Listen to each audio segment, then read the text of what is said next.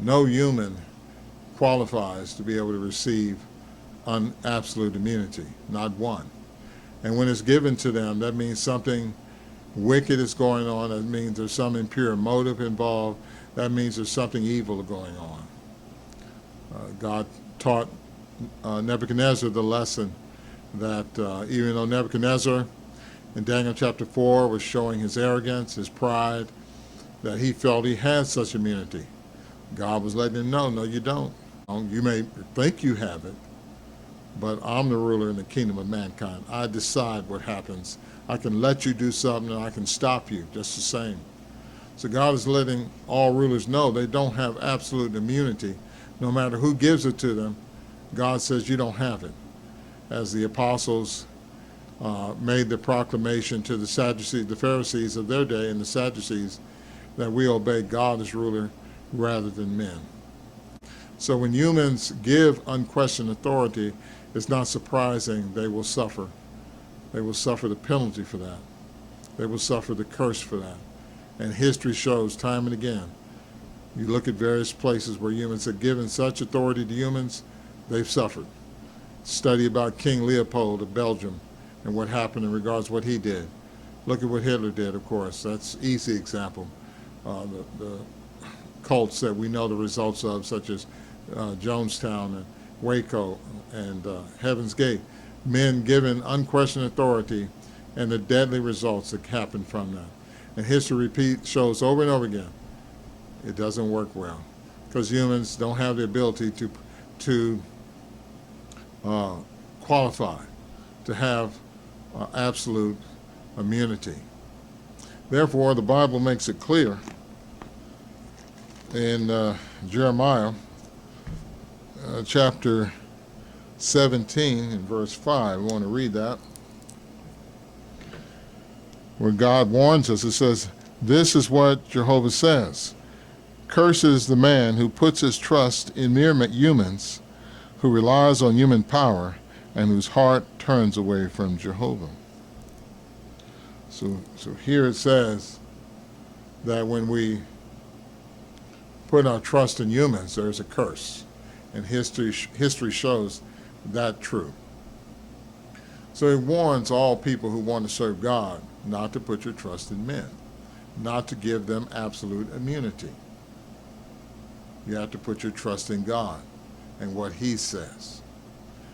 And so while the world does what it does, it thinks it can give someone absolute immunity and that it will go unchecked. Well, God is saying, no, it's not going to go unchecked. But there's a salvation ahead. In order to receive that salvation, in order to get beyond this wicked world and its claims of unquestioned authority and the oppressive results that come from that, ones have to put their faith in God and not in humans. And so that's very important in the age of where humans who want this unchecked authority spew propaganda, disinformation, and lies in order to get people to believe it without question.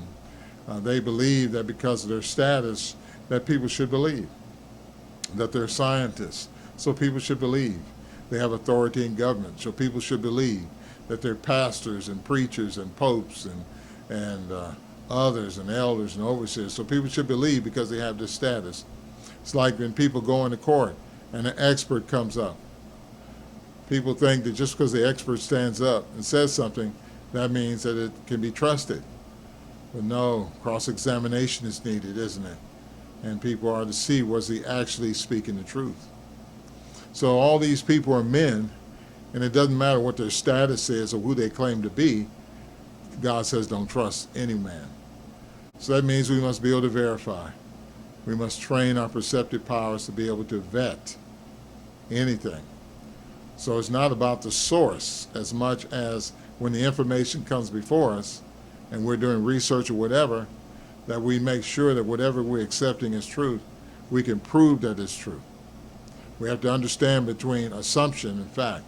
We must understand between misinformation and reality. We must understand the lie from the truth. And so that requires work, that requires digging, that requires rejoicing with the truth. We have to have a love for the truth. But if we want our ears tickled, if we have an agenda, then truth will be hidden from us. And we won't, and because of the truth not be hidden from us, we will avoid anything that will expose our unreality. And we will even, because we will even show hatred. And the reason we're going to show hatred and even violence is because an integral ingredient of love is rejoicing with the truth. And so we don't have the love for the truth, we don't have the love for what's right. But we rejoice in what's not right. And there comes the hatred, there comes the violence, there comes all of that, see, because we don't have that love. But false religion and cults and followings that give absolute immunity to certain individuals, their leaders are going to point to the source of any information that's against them instead of proving that information false. No. If you're going to know what's true, you cannot be about the source as much as proving and investigating whether it's true or not. And again, it's very sad to see people being drug along, captured by imperfect humans, by giving them this absolute immunity and the disaster that that caused. It's very sad because men, women, and children suffer because of that, particularly when you invested most of your life in that. In any religion, you've invested most of your life, then you find out you were investing in something that was not real. And the reason why it was this realization is now coming to you because we didn't do what God said. He told us all along the way, don't trust in man, test everything. But we failed to do it. And what do we expect?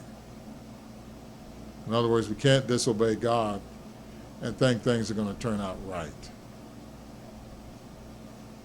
As Luke 21:8 says, what I call the I am he people. They come out saying, making these announcements that they have some special relationship with God.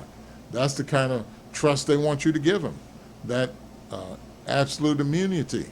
And they take advantage of that. And the way they go, they got the power and they're going to get the money. That's happening.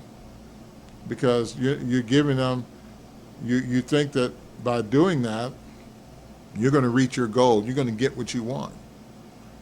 And at the end of the day, all you're going to do is receive a curse. Your freedom is dependent on, as Jesus said, the truth will set you free. So your freedom is dependent on how much truth, how much love you have for the truth. And your real freedom is dependent on verification, making sure of all things, and making the truth your way of life.